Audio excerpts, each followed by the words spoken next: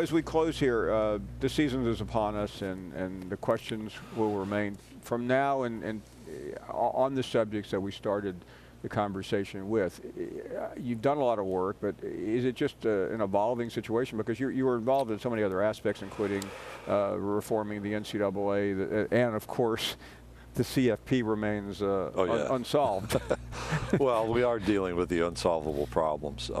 So like I leave here, I jump on a conference call to prepare again for some of our NCAA Transformation Committee work. That's in addition to everything else.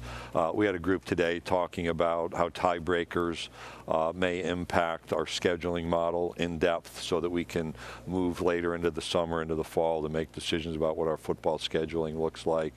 Still communicating about onboarding 2 schools. That's coming upon us. You know, we've gone through a year since the invitation, and so we think more and more intentionally about that reality.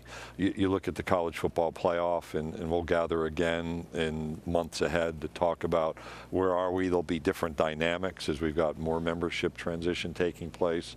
The conversation about how do we resolve name, image, and likeness. There's no easy button for that one, and so you may see me or you may hear about me at TSA from a time, again, a time or two. Do we have to talk more at the state level? That becomes enormously important. Paying attention to what happens with other conferences and their members.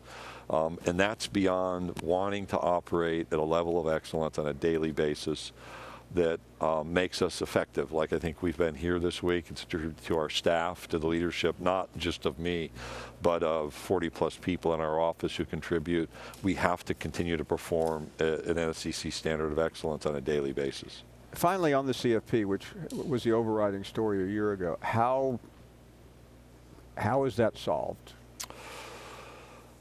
Well, I walked into a meeting in late June really not optimistic at all about even having the conversation. And when I left, I felt more positive about our ability to collaborate together.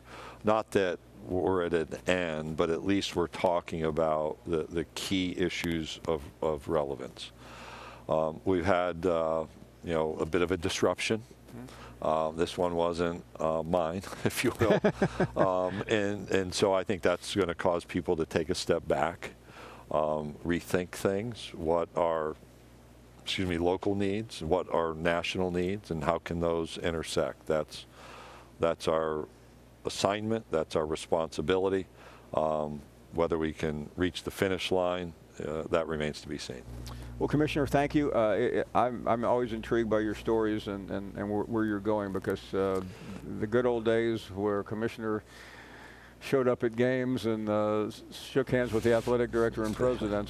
That still happens, but there's a lot more to it. You know, we finished. It was an event to honor Mike Slive in April of 2015. We had all of the athletics directors together, former ADs. Roy Kramer came down. He made 5 toasts. There were no speakers that night.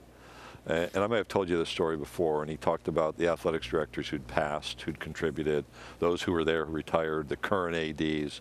And then he toasted me, and he said, he's going to need your help. And he was talking to the athletics directors, because as commissioner, he's going to have to navigate uncharted waters. And then he toasted Mike for the greatness of how he led and served. But Roy just nailed it.